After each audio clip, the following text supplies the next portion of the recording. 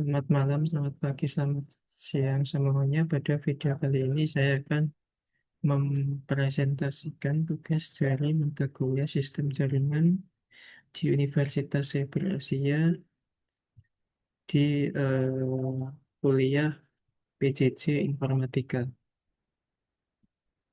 Oke, langsung saja kali ini kita akan membahas tentang rangkuman dari pertemuan 1 sampai 6 di mata kuliah Sistem Jaringan. Oke, langsung saja kita ke materi yang telah saya rangkum.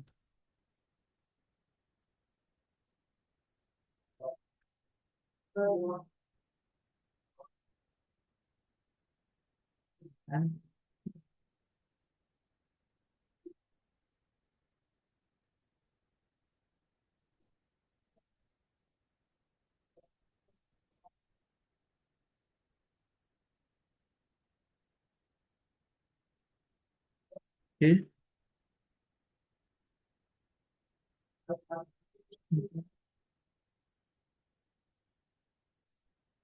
ya, jadi langsung saja kita ke sesi pertama atau introduction network atau perkenalan. Pada sesi pertama ini kita membahas tentang fungsi dari antara server klien dan juga host dan device.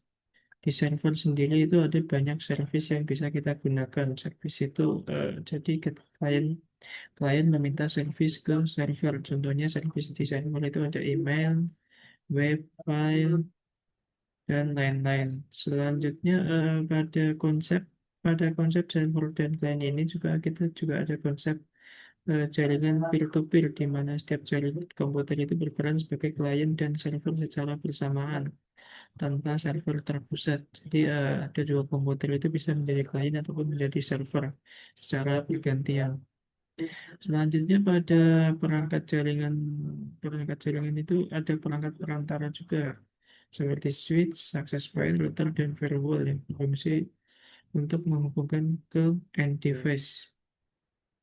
Lalu untuk menghubungkan antara end device dan juga perangkat perantara itu ada kabel UTP dari tembaga, ada fiber optik dari bahan dasar kaca, dan ada juga wireless dengan memanfaatkan frekuensi radio.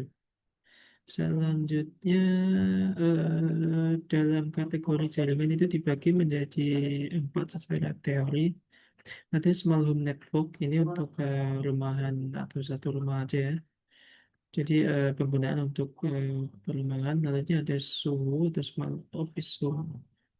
Office ini sebenarnya ini juga kebanyakan di rumah, cuma skalanya rumah yang digunakan untuk kantor atau bisnis kecil. Jadi penggunanya tidak satu keluarga lagi, melainkan menjadi sudah ada karyawan atau orang lain yang melakukan.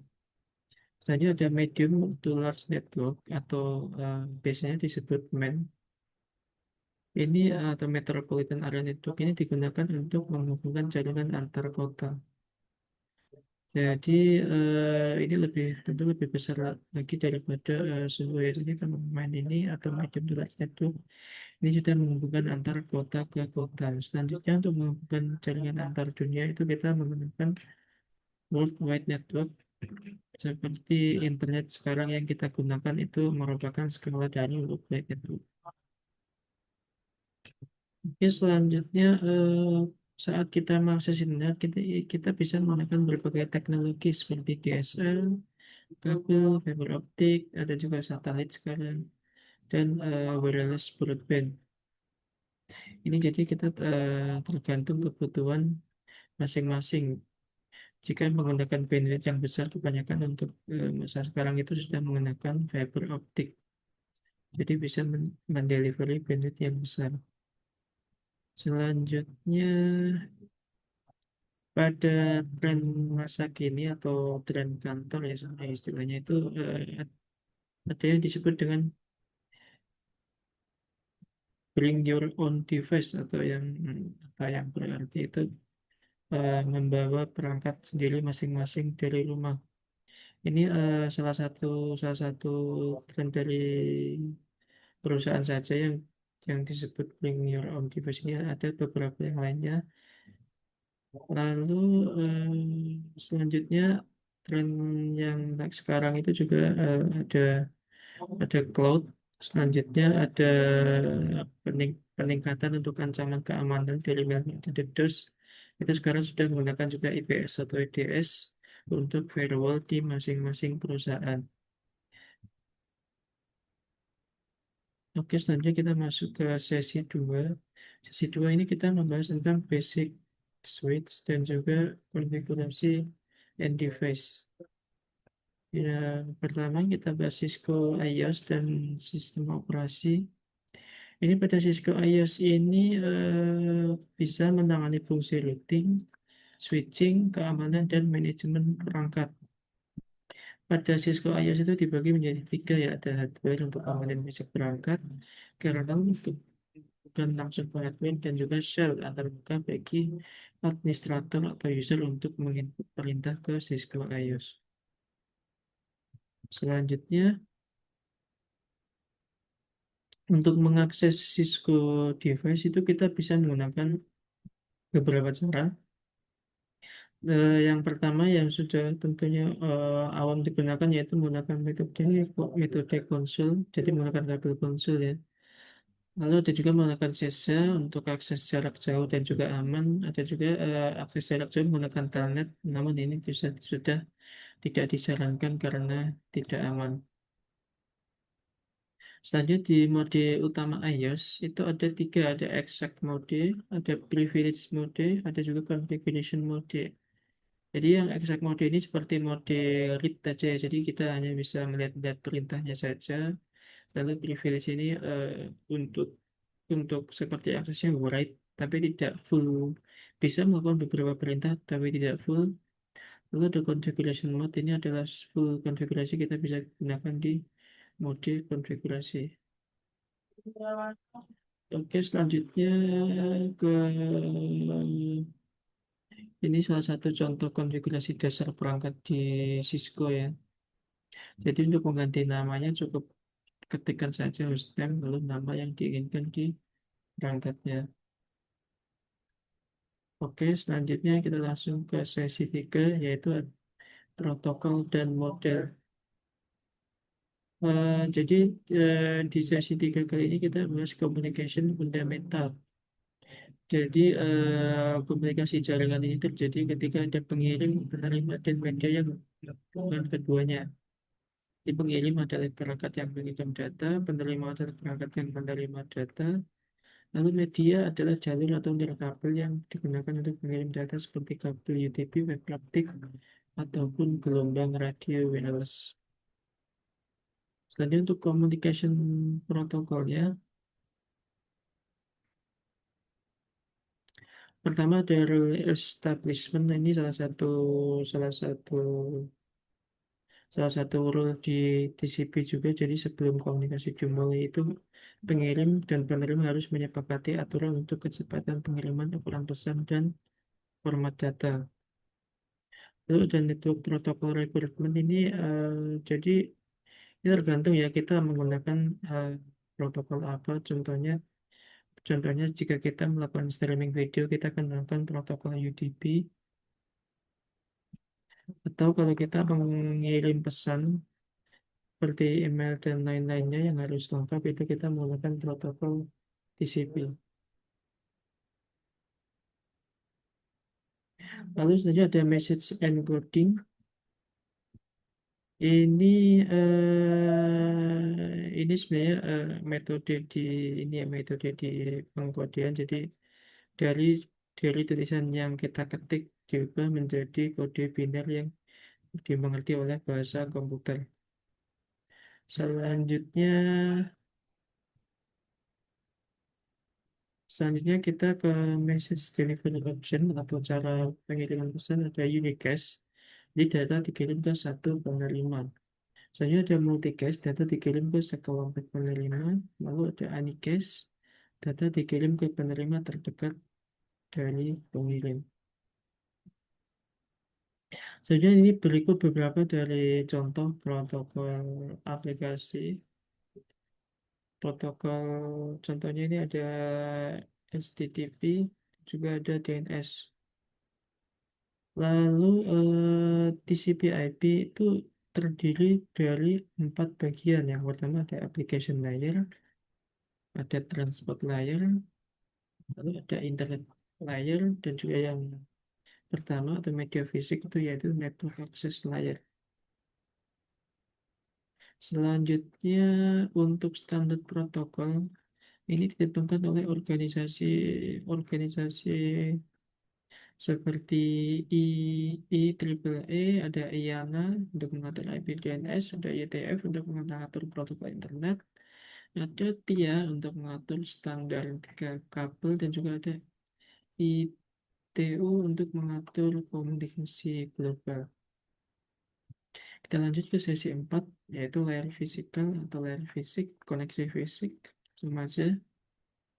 Jadi pada koneksi fisik ini mencakup ada komponen fisik, kabel, konektor antar muka, lalu encoding data, mengubah data digital ke sinyal, lalu ada signaling, mengatur pola sinyal seperti voltase atau frekuensi.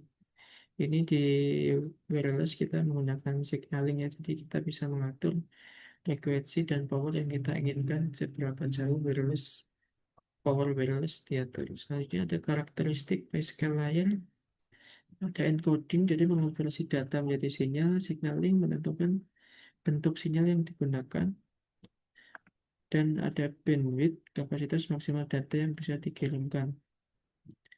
Jadi dari bandwidth ini ada 3 kategori, ada data rate, kecepatan transfer berapa Mbps, latensi, ini jarak jarak dari pengirim ke penerima berapa, lalu throughput ini data aktual atau yang eh, data live yang lagi dikirim sebenarnya bisa berapa Mbps. Oke, selanjutnya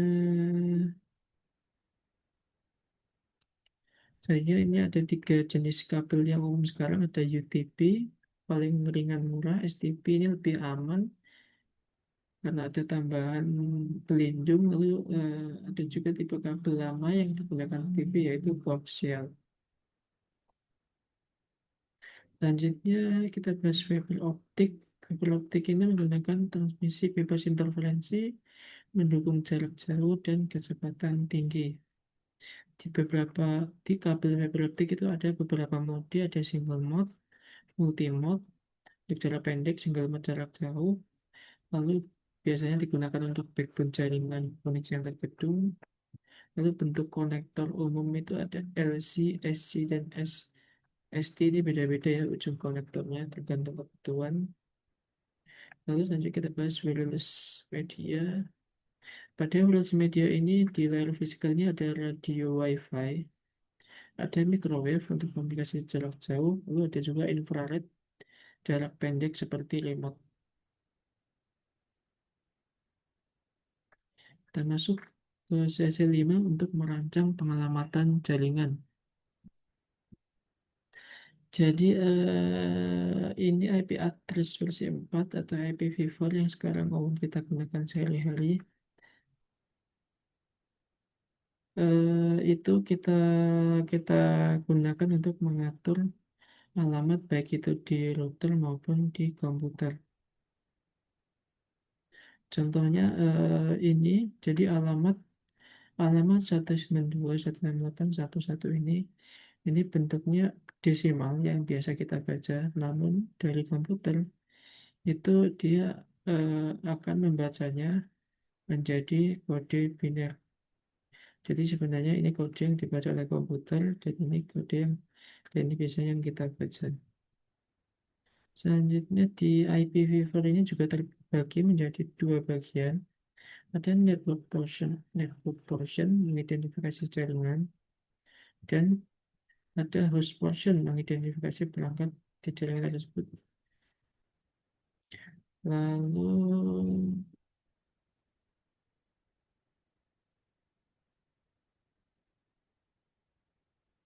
lalu selanjutnya setelah setelah setelah itu ada prefix line ini digunakan untuk meringkas subnet mask.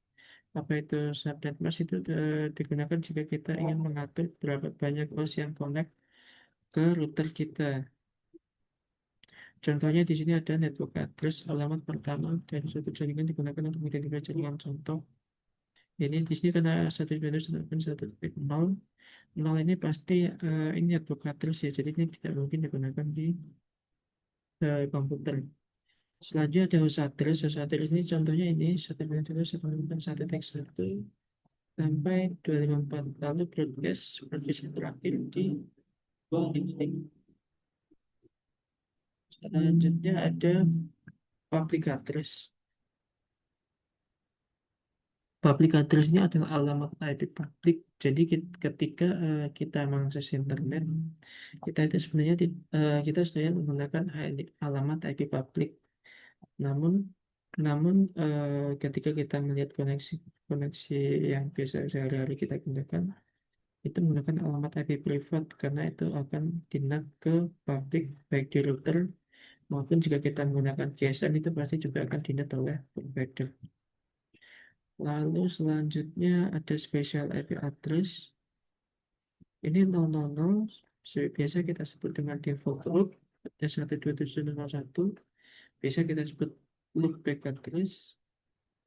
Lalu saja ada 128.14 ini AIPA, IP addressing. Ini IP ini tersedia ketika kita tidak mendapatkan DHCP.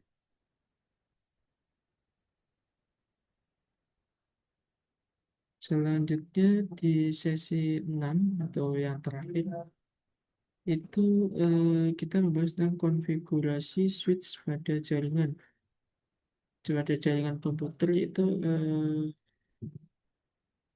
ada beberapa device yang perlu kita konfigurasikan.